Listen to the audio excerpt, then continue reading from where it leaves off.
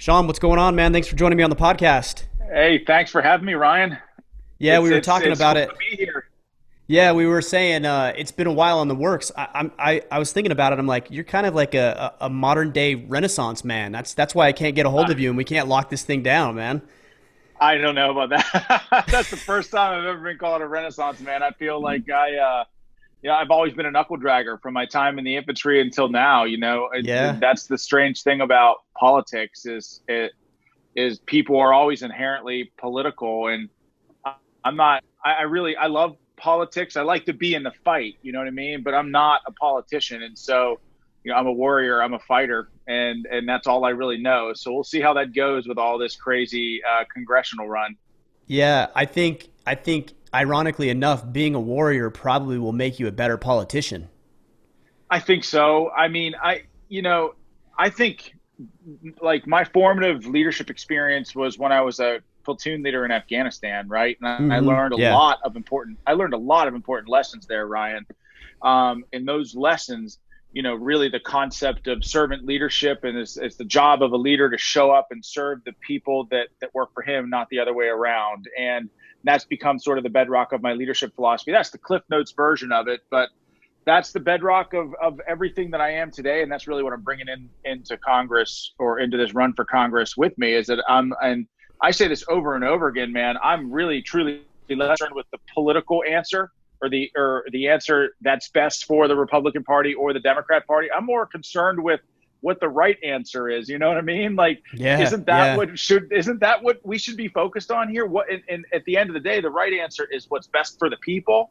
And I think sometimes politicians lose sight of that. I won't. But yeah, this whole experience is new to me, man. I've never done anything like this, but it's certainly eye opening. That's for sure. Is this even something that was on your radar even what 2, 3, 4 years ago? I feel like ever since I've been back from Afghanistan, Ryan, people have always sort of thrown my name around every 2 years. You should run. And I've always just been content to volunteer from the sidelines. And that's what I did. I mean, I campaigned with Marco Rubio because in 2016 I thought, man, it's a young Republican with a lot of cool, innovative ideas, really the future of our party. And I campaigned with him in South Carolina. I was the chairman of Governor Corbett's Veterans Coalition. And I was the chairman of Mike Kelly, who's a local congressman here, of his campaign committee. But again, like, those are all volunteer positions, and I've always just been, like I said, content to volunteer. And then President Trump comes to the district and he throws my name in the ring to run for Congress. And at that point, it's like, well, that's the commander in chief, turned my life Right. upside down and got in the race 2 weeks later, you know? Yeah, it's pretty wild. I'm always fascinated with why somebody would ever get into politics, and that's not a knock to what you're doing at all. It's just I've had people say things probably similar to you, is like, "Oh, when are you going to run for this or run for that?" I'm like, I have no intention ever of even remotely considering that. So I'm really curious what your thought process was behind it when it's something, you haven't really considered for a long time. Yeah, I don't know. I mean, I felt like what it really came down to is that the president, I respect the office of the president, whether there's a Republican in that office or a Democrat in that office. If Barack Obama came out and said, hey, Sean, we want you to be the ambassador to Afghanistan, I would have been like, oh, damn it, that's the last thing I want to do. I don't want to go back to Afghanistan, but I respect For the office sure. enough to do it. And when the president of the United States, I can't think of another time, and I've said this before, and I mean, don't quote me on this. I'm not entirely sure of what the history on this is, but I can't, and I've never heard of another time of a president calling out a random person to run for Congress in a primary, right? So there are already people in the congressional race, but the Sure. president name dropped me at an event, and I just felt like, well, look, this hardly ever happens, and who am I to say no? So I dropped everything and got in the fight, and what a lot of people don't realize is you think it's brutal, and you're right, it is brutal. Politics is bad, is sort of a dirty, it can be dirty, but a lot of people don't realize that you have to, like, raise your own money. You know what I mean? Yeah. Like, the party doesn't help you at all, and so it's just been me on the phone calling people nonstop, and just trying to raise money as best I can. And so that's really what I've been doing. It's difficult work. It's thankless work. And I don't know if have you ever cold call somebody? Have you ever tried to do that before? Oh yeah, I mean my background is sales, so Yeah, I so know of all course about. you get Yeah, of it. course. I used You when get I it. was like I must have been 16 or 17 years old, maybe even younger. I was probably 17. I worked in a call center. It was business to business, so it was outbound business to business. And I remember this script they gave me. You know, I had to read it off the computer screen, and it was miserable. I hated it. But that's what you did when you were in high school. You went and worked at the local call center, made a few bucks in the summer, and then went back to school, and that's just how it was. Exactly. I mean, it is absolutely brutal. It's brutal. And and when I do it, I have to ask for $2,800. So Hmm. it's not like I can, I'm cold calling people and like asking them if they're interested in a product, right? Right. I'm cold calling people and asking them to, contribute $2,800 or $5,600 to a campaign. And so if you think people are defensive when you call them out of the blue, almost, I mean, I've never gotten a cold call from someone and been like, oh, of course, this is a great time to talk. I'm definitely not in the middle of dinner. I'm definitely not trying to put my kids Right. down to bed. I'm definitely not on a conference call. Please, let's have a long conversation, an intimate conversation with this stranger, and then add to that, hey, can I also $2,800? I really need your Yeah. support. It is Who do you that call? has Do you been the call steepest learning people curve. off of a registration list, or like who Yeah. is it that you're actually calling? So okay, so I try to compete when you're in the middle of a pandemic and you're a challenger, right? It's always tough for a challenger to run a campaign, right? No doubt. Because incumbents already have the infrastructure, they already have the contacts, they already have the fundraisers, all this stuff already lined up. I've got to build it all from scratch. So I always Hmm. say I've got to compete on a different level. I've got to get creative and compete on a level where my opponent doesn't even know a game is going on, right? And so Hmm. what I do is that there's Federal Election Commission reports, right? FEC reports. Every donation to every candidate, Democrat and Republican, is completely public. I just go Right. through those reports and I see, oh, I look at how much, I highlight the names, and I try to track them down, find them, and call them. And So if they've donated in the past, that's a candidate that would potentially donate again. yes, and there are people, across the country, and certainly here in Pennsylvania where I'm running, that sort of are in the fight all the time, and they give a lot, and you'll Right. see their names over and over again on different reports to different candidates. This is what I try to convince people all the time. It's not like I'm calling and I'm not asking for money. It's Hmm. about the movement. It's about the future of the country. It's about what you want this country to be like for your kids. Are you willing to spend $1, right, to invest in that future that you want for your? That's the sale. That's the ask, right? Because again, everybody that I talk to, even like these political pundits that go on TV and talk about this stuff for a living, Ryan, they think, well, how much is the RNC giving you? Nothing, Mm. nothing. They give nothing. It's all on me. And so, outside groups, Ryan, might come in and spend money, super PACs. But as a candidate, I have no awareness of what it's illegal for me to communicate with the super. So I have no idea what outside groups are doing. Many of the commercials that you see on TV are from outside groups, unless a candidate has a routine and a strong ability to raise money on their own. And that's really what I'm doing. I spend the lion's share of my time during this pandemic just trying to raise money and get people on board with the movement. Yeah, which in addition to all that you said, asking people to invest right now is even that much more difficult because there's a lot of people struggling. You know, guys are out of work and they've been furloughed or they have some sort of an assistance, and there isn't as much spare money, discretionary income that there was 6 months ago, for example. You're 100% correct. I mean, that's why this pandemic has been uniquely challenging in a lot of different ways. One for the country, the fact that we haven't faced a global pandemic like this in 100 plus years. Right. We've never brought our 20 trillion with a T plus economy to a complete stop ever in our history. We're Hmm. asking the healthy to stay home. That's the first time that's ever happened when dealing with a plague or a global pandemic. Typically, we have in pandemic responses past, we've always quarantined the sick, never the Right. healthy. So, and then add to Vulnerable, that, right? yes, absolutely. And then add to that that I feel like the debate on whether we should reopen or not has become politically charged. And that ain't right, bro. That is not right. You know, people are, and this is typically, and I'm general, I'm speaking generally speaking here. You know, the Democrats are in the lockdown in perpetuity crowd. Republicans are like, let's reopen and reopen safely. Um, Mm-hmm.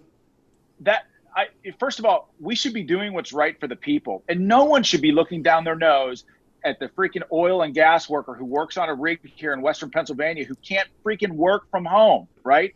And he can't access this antiquated unemployment system that we got here in this state. Why? Because it's overwhelmed. People in my region, they work with their hands, man. They're outside. They're working on oil and gas rigs. They're working in manufacturing. They're working in steel fire, coal power plants.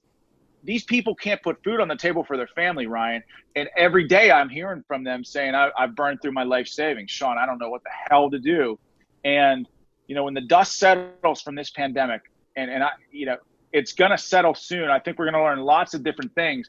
But I hope that one of the things that we learn is just how important, leadership is, man. Yeah. This as a Yeah. country, like, let's try to get away from electing politicians or career politicians, and let's start trying to focus on people who have demonstrated the ability to lead in a crisis, because right now, I mean, I don't know. I mean, I feel like we've been so blessed in this country for so long with freedom and all the trappings of freedom that come with it, that, crisis hits. And right now we have very few leaders in position, in governor positions, very few leaders in Congress, very few leaders in the Senate. And don't get me wrong, I'm overly generalizing here. I really am. There are some really great leaders on Of both course, sides sure. of the aisle, Sure. but we need leaders in every position, not just some of them. I think the problem though, Sean, is that regardless of what side of the aisle you're on, it's like finger pointing. Like, okay, if you're on the Democratic side of the aisle, you're looking at Republicans saying, "Yeah, we don't have leadership because you guys aren't leading," and you're being political as opposed to leading effectively. And the Republicans are saying the same thing about the Democrats, right? So Mm-hmm. I don't know. I don't know if like the two-party system is antiquated, if it's outdated, if it's a hindrance, if it's good. It's really difficult for me to wrap my head around how tribal we've become, and it's no longer about, from my perspective, about common sense and coming together and trying to have mutually beneficial results. It's just about making your party right and winning this like game. I'm not even sure what it is we're trying to win. It's like, Yeah. it's very frustrating. And I know a lot of people that listen to the podcast, they're probably going to have doubts and hesitancy of me bringing you even on to begin with. But it's like, these are the kind of conversations I want to have because I know people are just frustrated, not with you, but like the system. Like, it's so Absolutely. frustrating. I mean, and they should be. Look, there's so many different directions that we can take this in. And by the way, I get it, man. Like, I hate when people call me a politician. I'm not. I've never run for anything in my life. I answered, the president called me to serve. That's what I'm doing. But I call balls and strikes. My loyalty is and will always be to the people. And by the way, around here, that means Democrats and Republicans showing up for everybody. A couple things to your point. Leadership is about showing up. When I was in Afghanistan, I led the most wildly diverse group of infantrymen that you could possibly imagine. Democrats and Republicans, Christians serving next to atheists, blacks serving next to whites, serving next to Asians, serving next to Latino. It was my job as a leader to figure out a way to bring that group of men together in one of the most austere, hostile places on the planet. And so that too is part of my leadership philosophy, that leadership is about bringing people together and focusing on commonalities and showing up for everybody, acknowledging, and this is what I tell everybody around here, I can't promise you that we're always going to agree on every issue of the day. In fact, I can guarantee you that we won't agree most of the time. But guess what? If tribalism wins the day and we don't show up for one another and we don't have those difficult conversations, guess what? There's no consensus reached. And when there's no consensus reached, the work of the people is not done. There's been a saying in our country for a long time about politics or religion. We shouldn't discuss that. But do you recognize now, we've been saying that for 50 years, many of the issues that we have in this country are centered around politics and religion, things that we should have been talking about around the dinner table for 50 years now. Would we have the problems today that we have today if we were having those difficult conversations all along? I don't know. Um, I don't feel like it would be as taboo, right? Yet yeah, certainly wouldn't right. be as maybe hostile if we were just accustomed to discussing it and talking about it. Totally. I mean, I didn't have those conversations. I grew up. The only thing I really remember ever about politics was growing up in Southern California thinking Rush Limbaugh was an evil human being. Like that's all. Like that's all I remember of being little. My grandma and my mom. I remember. I don't know why I remembered this, but for some reason, Rush. They were talking about Rush, and I'm like, I don't even know who that is, but I remember he was a bad guy. That's all I know. Hey, It's, look, man, dude, you're hosting your own show now too. that's Someday you'll right. probably be as big as him. You I don't know know? about that, but I appreciate Well, the vote of confidence.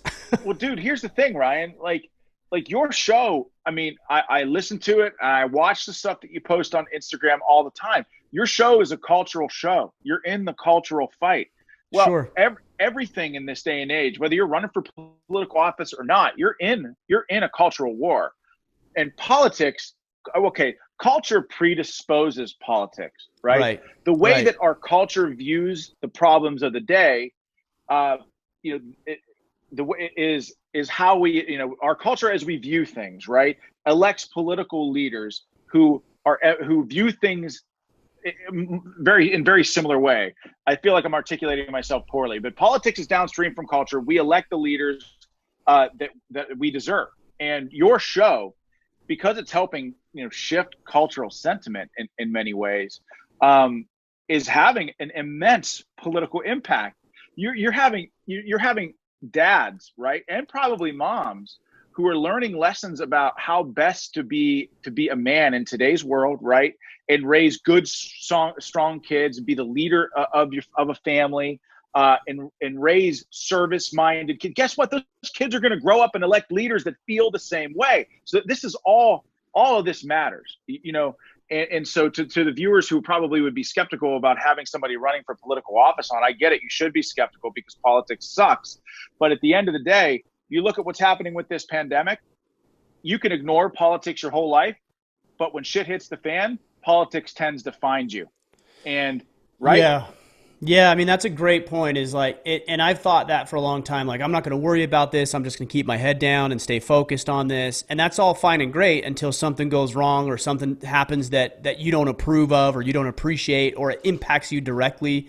So I just part of the reason I wanted to have this conversation is because I want men to know that we actually don't have the right to absolve ourselves of the responsibility of staying informed and engaged to some degree about what's going on, the political climate, and regardless of what side of the aisle that you sit on, like being informed and being educated and knowing how the process works.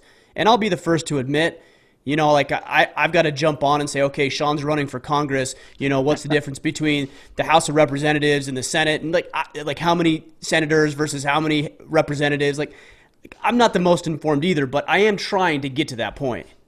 Yeah, and that, what's important is just being, I think the important thing is you don't have to have the depth of knowledge of a civics teacher. Just being engaged, in whatever way that you see fit, and it doesn't matter to me if you're a liberal or a conservative, right? I mean, I'm running with an R after my name, but one of the things that you learn about me pretty quickly, man, is I hate being positioned as anything. I hate that. Like, oh, he's a Republican, he believes this. No, that's Mm-hmm. garbage, man. I am a leader. I might be running with an R after my name, but I'm a leader first, last, and always. And if something, and I recognize, by the way, that this job is about serving the people. And if something that, Leader McCarthy does, who is the Republican leader right now, something that he does, puts a piece of legislation forth that's bad for the people of my region, you can bet your ass I'm crossing party lines and voting with the Democrats to stop that, So, Yeah. for me, Even that phrase though, that phrase of party lines, it's like to me I hear that and I think, okay, well you're supposed to toe the line, right? You're supposed to do what you're told, vote with the party. I'm like, how is that beneficial? I mean, I know there's pros and cons. I'm actually really curious what you have to say about the party system. Like what are the pros and cons of having parties as opposed to just not having parties and just actually having to understand what you as an individual are running for? Well, I think in this day and age, so much about party politics is about resources, right? You're able to, you get a bunch of like-minded people who Mm, sort of see the future, right? That little speck on the horizon and what we want for this country. We all sort of agree. You know, the thing with the Republican Party is, like, everybody sort of believes different things within the Republican Party and different varying degrees of how far right you are. But I think at the end of the day, it's about a group of like-minded people, like who see the future of the country in the same way, and those people pull resources together, because it's almost like a union, in the sense that the more resources that we have, the more we pull our resources, the more we bring our voices together, the louder we are. And I right. think as this country has evolved, so too have the political parties. But what we've settled on now are Democrats and Republicans. The Democrats are emblematic of a more liberal view of society, Republicans of a more conservative view. But look, you're absolutely right. Like, this is why people have such a disdain for career politicians, because they play party games, Mm-hmm. Mm-hmm. and I've been asked the question a lot. Many people campaign like I'm campaigning, like, oh, I'm going to be a independent voice. But the Right. reality is you get down to Washington and you're being pressured by Democrats, you're being pressured by your own party, you're being pressured by the president, you're being pressured by culture to be hammered into this little box. But I go back to, this is why we elect leaders, like, this is why we have to elect people who can resist groupthink, right? Mm-hmm. So Yeah. it's when Or the at least country question is, it. absolutely when the country, and this is why what you're doing is so important. Like, the two-party political system in this country, it can change tomorrow, but it'll change when we demand it to change, right? Mm. It will change when enough people in this country are fed up with politics as usual and demand the system be changed. Until then, it won't. And the only reason it will change, if people are angry enough to change it, is a significant cultural shift, which is why, again, you've got shows like yours that sort of shape cultural sentiment. And, generations later, we elect leaders who reflect that cultural sentiment. Yeah, yeah, I guess that's true. I mean, every little bit goes into it, and I like that you said how you talked about culture comes before politics, right? It's so actually what shapes. And I actually think we're at an interesting time right now with, man, everything from the COVID-19 fallout to race issues to tensions between civilians and police officers. And I mean, we're just at a very, very interesting point. And I just feel like, again, we need to have these kind of conversations. We need to be talking about these things openly. We need to be respectful towards each other, even if we don't agree, so that we can come up with some solutions. I really don't feel like, if you take 99% of the population, I would say that the majority of us, we all want the same thing, right? We want to pursue a little happiness. We want to have some romantic relationships. We want to have some friendly relationships. We want to have experiences, and we pretty much just want to be left alone to do what it is we want to do. Like, I would say that would That encompass right there, 99% of people. Ryan, that right there to me is what's so precious about this country. This entire American experiment and the freedom that we have here is extraordinarily rare in the history of the earth, right? And the Sure. freedom to pursue happiness and pursue the life that you want to pursue with minimal government intervention is the vision that I have for America. I want, if it were up to me, I mean, I want government as uninvolved in your life as possible, Right. Right. because in order for man and woman to be free, they need to have the smallest amount of government in their life as possible. It's just the truth. The more government that we have in our life, the less free that we really truly are. Ask any small business that's saddled with regulations. These if you look at President Trump, and by the way, I'm not making a political statement, but one of the things that I think President Trump has done well is deregulate. He is systematically detangling this regulatory mess that small businesses were in under 8 years under President Obama, right? And I don't care. I talk to Democrats and Republican business owners here all the time. They're all like, Trump has, while I don't like maybe some of the, the way that President Trump comports himself, man, he's made it easier for me to do business. So what that means is The less government regulation in the small business area, right, means the more freedom they have to grow. And the same is really true in many different aspects of our life. I see a federal government's responsibility as national infrastructure and protecting people, right? Or we can get back to the original foundations of what it means to have like a federal government, like, again, infrastructure, protecting people who can't protect themselves. The better it is for everybody, liberals, independents, conservatives. The more freedom you have in your life, the better it is for you and your children and your children's children. And that's my platform. The motto of my campaign is defend freedom. That's it. It's pretty simple. And look, whether I win or lose, I like to think I'm going to win, but whether I win or lose, like, everybody's motto of their campaign should be defend freedom, Yeah.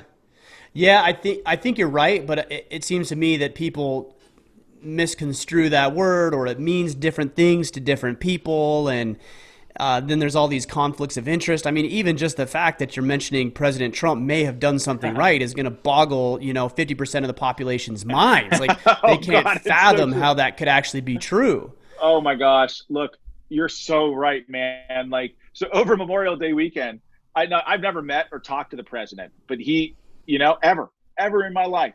And he tweeted about me like 5 times over Memorial Day weekend. I saw that. Yeah, I saw that. I mean, first of all, that's just insane, man. Like, for me, like, this is just how amazing America is to me. Like, when I left the military, I was wounded in Afghanistan pretty badly. I was medically retired. I intended to go into the military to, be in the infantry, go into special forces, and then try out for Delta. That was what I wanted to do. That's what I intended to do when I went in. And then I was wounded and I was medically retired and put out. And yeah, I had my medical retirement from the military. I had my family, and that's all wonderful. But I was still left almost missionless. Like, what am I going to do now? Yeah, yeah. And 10 years later, I feel like focusing on the right things, like trying to be a good father, right? Trying to raise the next generation, right? And busting my butt, hard work, perseverance. Here I am 10 years later, and the president is calling me out. And a guy, I've never met him. I've never met him before in my life. That is America right there. With hard work and perseverance, you put your mind to it, yeah, you're going to fail a couple times. And I did too, since I've been out of the military, but man, you really can accomplish anything. And now, but I say all this to say your point of, like, it's going to blow 50% of the people's minds. Oh my gosh, you're absolutely right. I spent almost my entire Memorial Day weekend just because the president called me out. Now, I didn't say anything other than thank you, Mr. President. That's it.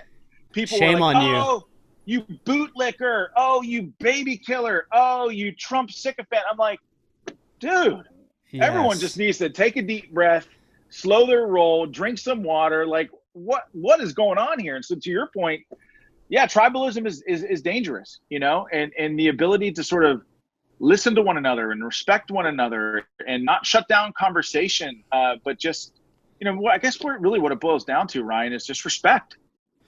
Yeah, I think a lot of it has been stripped away because of even what we're doing here, where we have technology and we can hide behind a screen or a keyboard and comment anonymously. Oh, you're so right. It takes a lot of even people who aren't anonymous. There's just a lot of the humanity is stripped away. I've had neighbors who I know that maybe we didn't agree politically, but we got along great. There was no fence between us. We shared resources. I'd bring them stuff from our garden. They'd bake a cake for the family or wish our kids happy birthday because there was so much humanity in it. This humanity is stripped away through social media. And as powerful as it is, because we wouldn't be having these types of conversations, there's a lot left to be desired because Absolutely. We don't get to know individuals in a deep, meaningful, humanistic type way. You're absolutely right, man. I mean, and like, just I look back on, me growing up, I feel like I knew everybody in my neighborhood. Mm-hmm. We talked all the time. We'd be outside playing all the time. I talked to my neighbors, even 6, 7, 8 houses down. Since I've had kids, I've not had that experience. Everybody's more insulated. Yeah. Everybody's like, people don't talk to each other as much. There's not as much community. And because of that, I think, you lose, a level of, and I don't mean this in a negative way, you lose it makes it harder to respect the person when you don't know them. It makes it sure. harder. And you multiply that a million times over in this country. I mean, maybe that has something to do culturally where we are. I mean, maybe what we need really is more community. We need to talk and engage with people more often. We need to be less insulated, Right. and the hope is that will lead to a level of respect that we haven't seen in this country in quite a long time. Yeah, I mean, I think you're much more harsh on an individual when you don't know them. Like for example, if we didn't agree, you and I didn't agree politically, but I watched you deal with a medical condition with your parents or your children, Oh, yeah. there's just a deeper connection. And I said this last week with another guest I had on the podcast is there's just some more grace afforded, right? Like, I know that you're going through this thing and I can empathize with that and I can be compassionate about that. And then that level of humanity allows me to understand, oh, that's why he thinks this way about that particular subject. It's not that you're an asshole. It's not that you want to kill everybody or you want everybody to die. It's just that you had this experience or set of experiences that made you think the way that you think. And I actually understand that as I watch you go through what you went through. Yeah. And I mean, look, I look at this, you can also look at this through the prism, or maybe one example of what we're talking about is about veterans who come home from war. That's an existential generational crisis that's gone back to the time when Jesus Christ walked the earth. There's always been warriors who've come home from war. And so the problem that's not wholly unique to the United States of America, but, only 0.4% of this country is served in the longest period of war in our nation's history. And so you have millions, probably hundreds of thousands of people coming home from these wars who don't really get a lot of chance to talk about it with the people of this country because the focus tends to be elsewhere. And I mean, these wars aren't in the headlines anymore. And because such a small percentage of people serve, you can come home and feel like an exile, right, in your own country.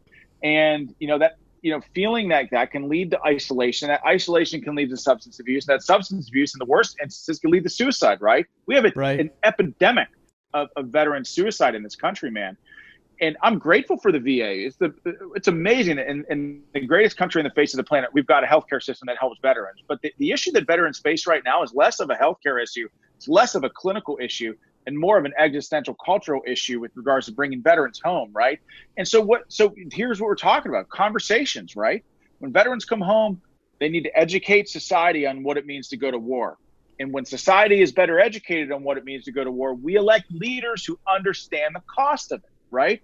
And if leaders understand the cost of it, we're not sending people to war at the drop of a hat for nothing, because we understand the horrible cost of war. So you see, that's just one example of how respect and understanding for our fellow men and women in this country can lead to a pathway forward for this country that is profoundly good, And so, well, I think, Sean, that's one of the things that people have a hard time with when it comes to politicians is it's perceived that a lot of these politicians don't have to live with the result of the laws they're implementing. You think about that with regards to healthcare several years ago and the big fiasco that became. You think about it when it comes to sending our sons and daughters to war. It's like, you've never been to war.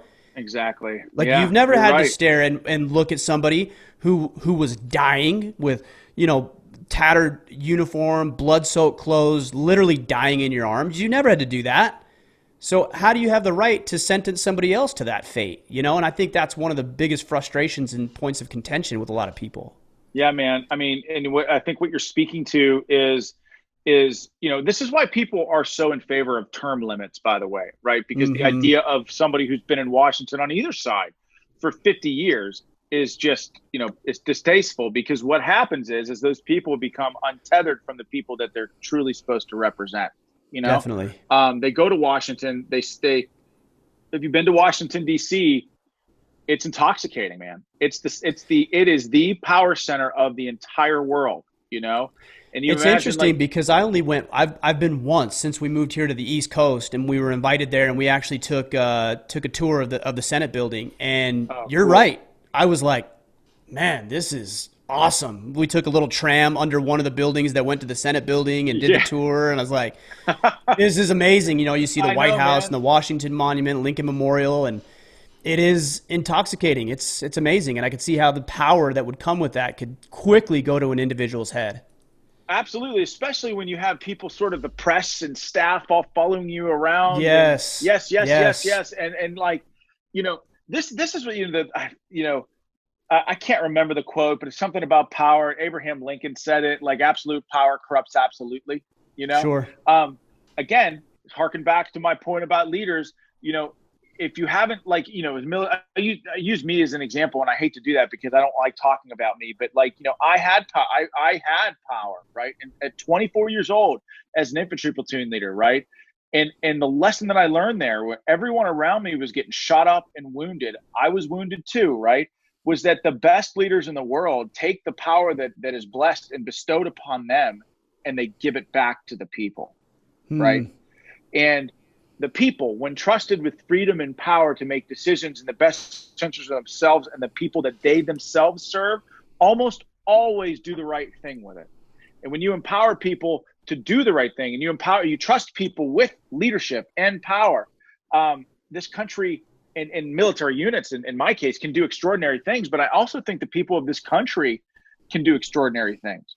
And this is why I've sort of been against, obviously I was in favor of lockdowns early on, right? When we didn't know a whole lot about the virus, when you Right. don't know a whole lot about the virus, you don't know how it affects people, you don't know what the mortality rate is. My God, you have to do everything you can to protect society while figuring out as much as you can about the genome of a potential pandemic plague, right? But as Hmm. the data evolves, the strategy has to evolve. And now I think we know, the CDC just reported today that people below 50, the virus has a 99.97% survival rate of people below Right. 50, right? Yeah, I And think so I I'm saw not, generally it was like 0.26% fatality rate, I think is what the CDC came out with. I'm not correct. exactly Yeah. sure, but I'm pretty sure it's right around there. Yeah. And, like, look, every death is totally tragic. I mean, we want to do everything that Right. we can to protect people from this. I'm just talking from a larger philosophical standpoint here. Okay, we know a lot more about the virus today than we did 3 months ago. Should we not, as leaders, be trusting people with their freedom? Should we not, as leaders, say, okay, like, this is clear, concise communication. This is what we face. Like, FDR, the only thing that we have to fear is fear itself. Be honest with the people, trust them with their freedom, allow them, like, that's sort of, just from a philosophical standpoint, why I'm against the lockdowns in perpetuity. Because the truth of the matter is, Ryan, and I mean, you touch on this in your podcast from time to time, that in a crisis, no course of action is without risk. you Hmm. know and anytime Sure. we wake up and we draw breath in a free society, to be free is to also assume a certain level of risk in your life in order to be free. Do you think that it is at its core? Let's just talk about these lockdowns and restrictions due to COVID-19. At its core, that it's a trust issue, that our politicians don't trust that citizens, everyday ordinary people like you and I, can make good decisions in our own best interest. Or alternatively, do you feel it's a attempt at a power grab that we can maintain and wrestle? Because I wish, from the outside looking in, I wish that it was, hey, we just don't trust you to make good decisions. But I don't know if that's entirely it. It feels like a power grab more than anything to me. And I think it's okay to have a little of both, right? Like, I think it's possible to take, COVID-19 and the threat it poses to society very seriously, to, taking seriously the economic impact of a perpetual lockdown, to taking, also authoritarian creep that comes along with lockdowns, right? It is possible to care about all three. But I share your same concern and sentiment that, use Pennsylvania as an example. We're still locked down here. Why? I don't know. I mean, we have the doctors at the University of Pittsburgh Medical Center here in Western PA. These are epidemiologists, virologists who specialize in infectious disease, that have said, we prepared for this. We were on board with the lockdown, but the surge we said was going to happen didn't happen, and we need to reopen because Mm-hmm. the casualties from an economic fallout are probably going to be greater than COVID-19 and the virus itself. And so, Right. yet we're still locked down. Why? Why? The only conclusion that I can come to is that there is some sort of ulterior motivation that might be political. That that maybe, if you look at Democrat governors, and God, please don't think that I'm pointing the finger here. I'm really not trying to. But you've got Governor Whitmer in Michigan. You've got Governor Cuomo. You've got Governor Wolf. These are all Democrats. They're all still locked down. Governor Newsom in California is still locked down. When the science really doesn't warrant it. In fact, the science warrants opposite. The opposite is true of lockdown. That staying cooped up with people for long periods of time is not only terrible for mental health. It actually makes you more susceptible to catching the virus. Whereas people are outside, spread out in the sunlight, it's more healthy for you, generally speaking. But it's also far harder to catch the virus. 60% of the people in New York City caught COVID-19 after the lockdowns have been in place for, I think, a month. So what does that tell you? It tells you that lockdowns are probably not the best way to deal with a global pandemic. And so I just wonder, we know all this information now. Much of this information is represented on the CDC website. So why are we still locked down? And check this out, Ryan. They said that there's recent research that comes out that says the virus half-life is now 24 hours, meaning like so you can spread it within a 24-hour period. Right. There's also recent research said there's no asymptomatic spread, yet we're also wearing masks still, right? Well, if there's no I didn't know about that. Yeah, if there's really no asymptomatic spread and the half-life of the virus is only 24 hours, and again, you don't trust me, go read the research, go to the CDC website, pull up some articles on it, read it for yourself. But if you're asymptomatic and you're not coughing and sneezing, then why are we wearing a mask when we're asymptomatic? Right. If we're wearing a mask to protect other people because our droplets can infect people, I get that. But if you're asymptomatic and you don't have symptoms and you're not coughing and sneezing, then why wear one in the first place? I'm just saying, masks come with inherent risks as well. Like you're rebreathing your own carbon dioxide. You're getting 60% less oxygen. So do 2-year-olds and above need to be wearing a mask when they go grocery shopping when, the virus is, kids, I think 11 and below are, have almost no risk whatsoever associated with it. It's funny because right now you're borderlining on the phrase, and I think you probably are very close to saying it's common sense, right? That's what I was gonna say. Yeah. But here's the thing: somebody who's listening to this, who's disagreeing with you, sure, is also saying the same thing. How can this guy? How are they talking about? This is common sense, and it is amazing to me, and a little confusing actually, how people can be so adamantly opposed to their perspective, to each other's perspective, and use the term science. Oh, well, science suggests you should. Science suggests you shouldn't. Science suggests you should wear masks. Science suggests that you shouldn't. Common sense says this. Common sense says this. It's so hard to decipher the information. There's so much information out there, and it's hard to know what's credible, what's worth listening to and adopting into your life. It's just a very real challenge that we're facing. I mean, exactly. I totally agree. And that's why I think data, the raw data, is really important. The flu, all right? And I'm not comparing COVID-19 to the flu. I know that COVID-19 is more contagious. It's 3 times more contagious. I get that. But the flu a few years ago, Ryan, killed 71,000+ people in this country.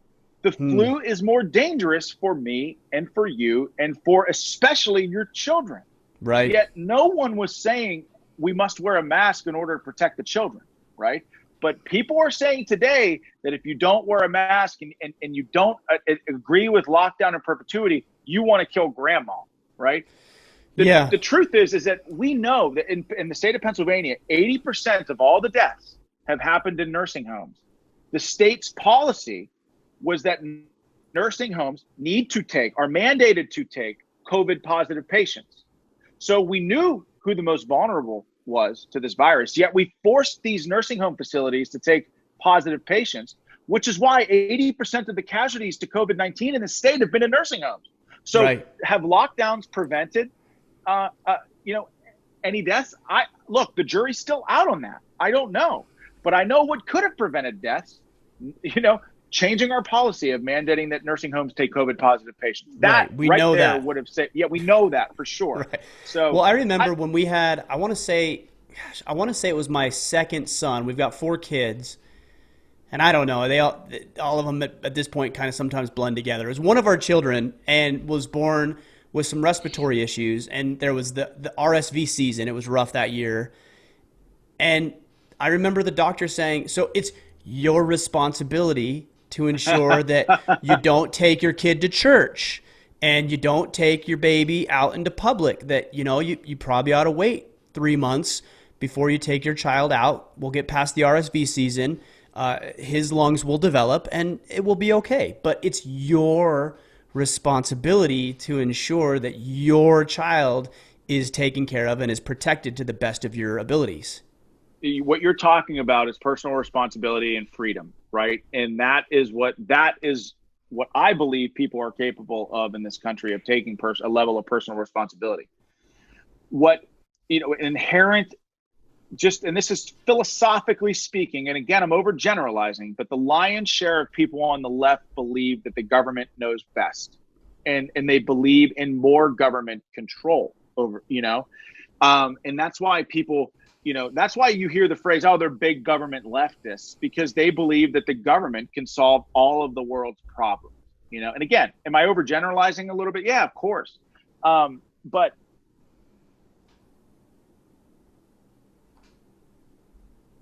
private innovation in the market, that is what driven this country forward over the last 200 years to have some of the most remarkable innovations that we've ever had. People like you who started with nothing, who invested their own blood, sweat, and tears into a podcast, took all the risks, didn't know if it was going to be successful, but you invested all your time and energy in doing it and accomplishing and here you are. You're a living embodiment of the accomplishment of the American dream, man. You just are.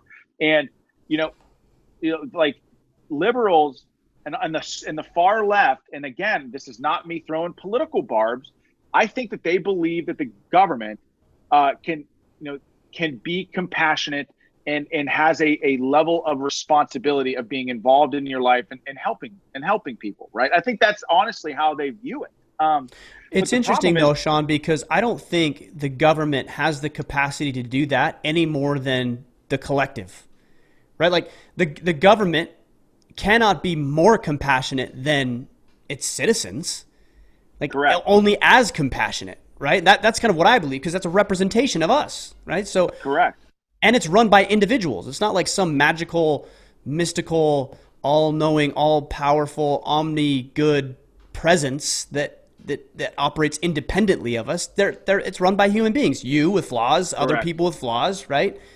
It's just a fascinating thing to put that much faith into any organization or institution. Oh, look, exactly. And oh, by the way, the pragmatic implications of government being involved in your life is that, bureaucracies, they protect themselves first. They protect the internal workings of the bureaucracy before they protect the people. And I think just from a philosophical standpoint, that's bad.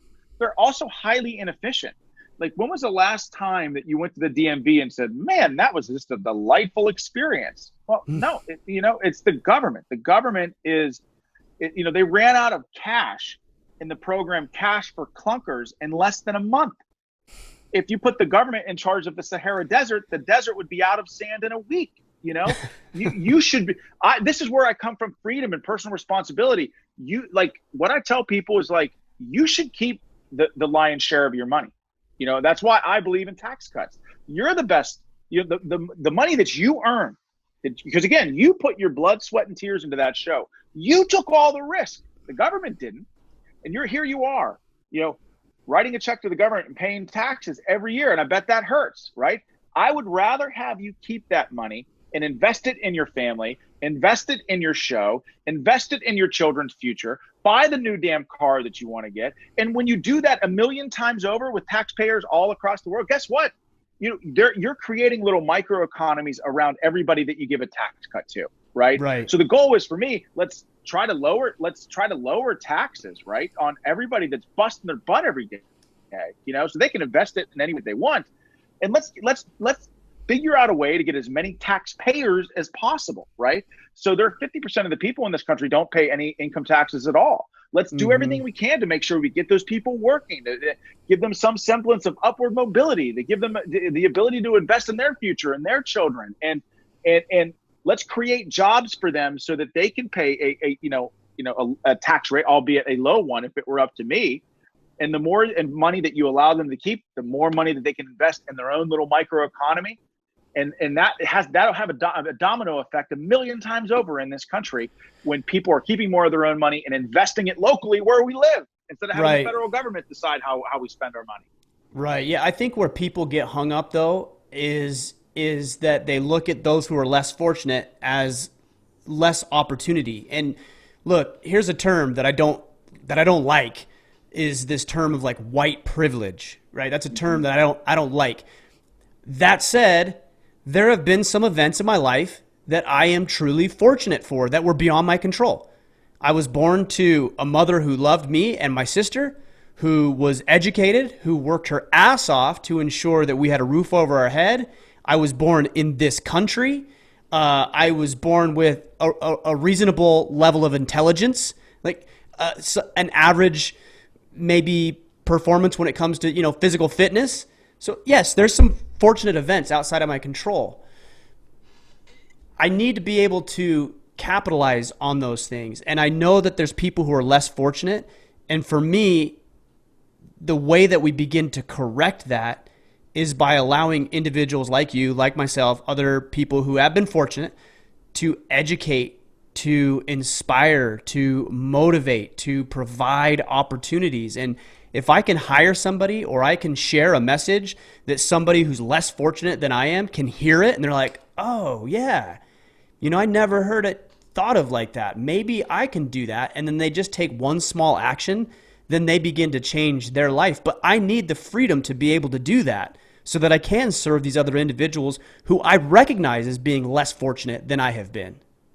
Yeah, I mean, that's a great point, man. And yeah, man, you're in the fight, what you're talking about is inherently political stuff. I mean, it might not be like political, talking points, right? But I'm totally on board with you. I mean, and the truth is that, you sound a lot like Marco Rubio when you tell that story, because he tells a story similar when he's on the stage. He's like, when people say, oh, you're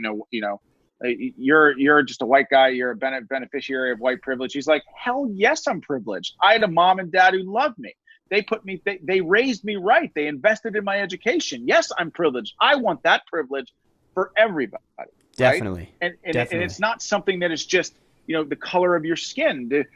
Everybody has their own existential struggles in life. My God, I couldn't pay for college. I had to join the army. I joined the army after 9/11. I got that to pay for school. I worked in a damn kitchen washing dishes for, all through high school and in college. I mean, but did you have to work at a call center? That's the real question. No, I'm working in a call center now, though, man. Yeah, that's true. That's true. You're putting in your dues right now. I'm trying, bro. I'm trying, man.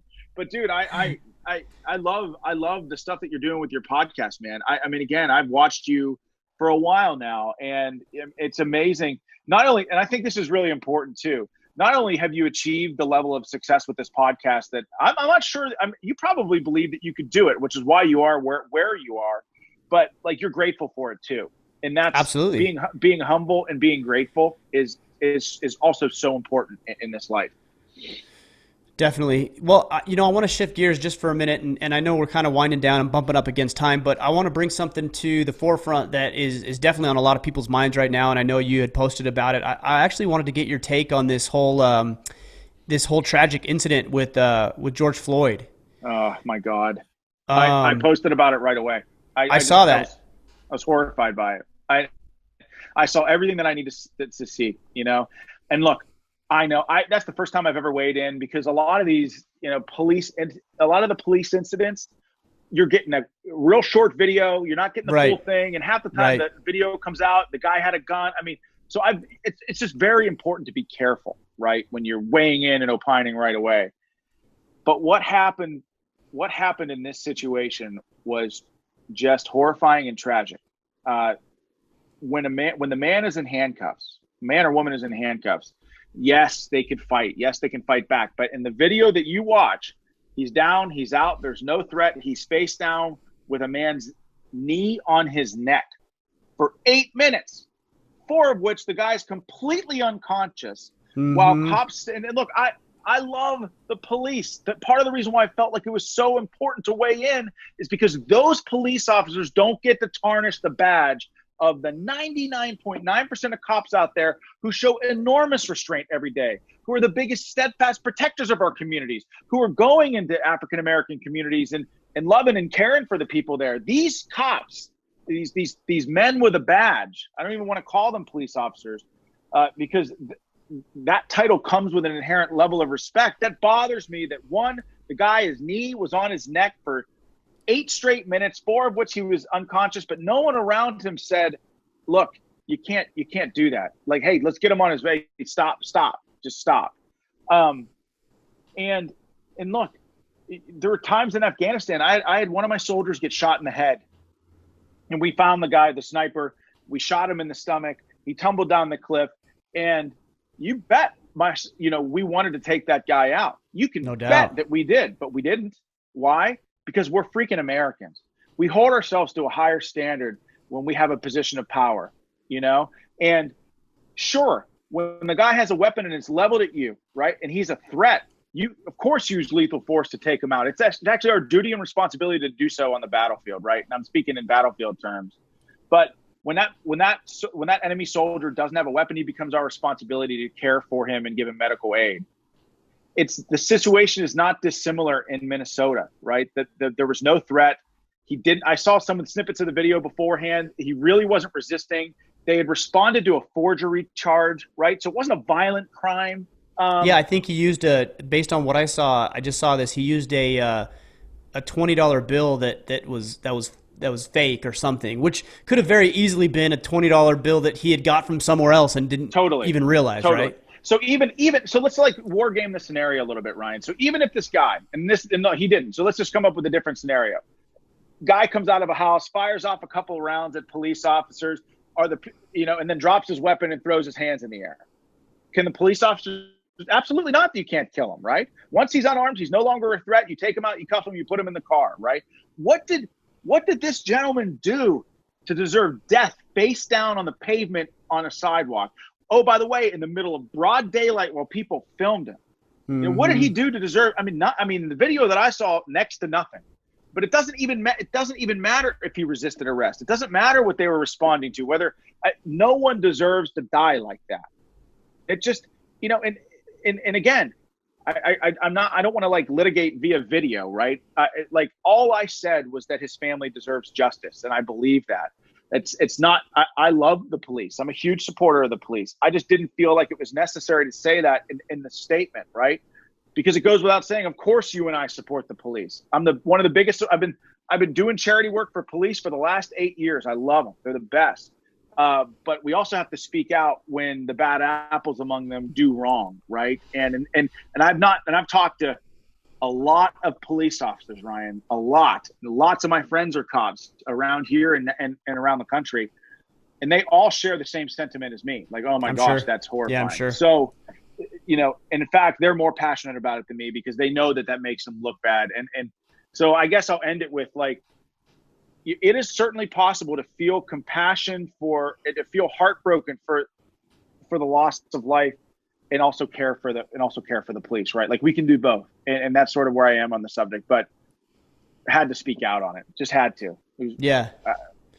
No, I appreciate you sharing. I know these are sensitive subjects, and certainly questions you'll get asked more as you get further down the race leading up to November. But yeah, it's a pretty unfortunate situation. You talk about holding these people accountable, and I think we need to. I think the police department needs to, and the police force generally needs to, because if you don't, it undermines the integrity of law enforcement officers throughout the country. They should be policing themselves. You're right. And I read the use of force guidelines for the Minneapolis police.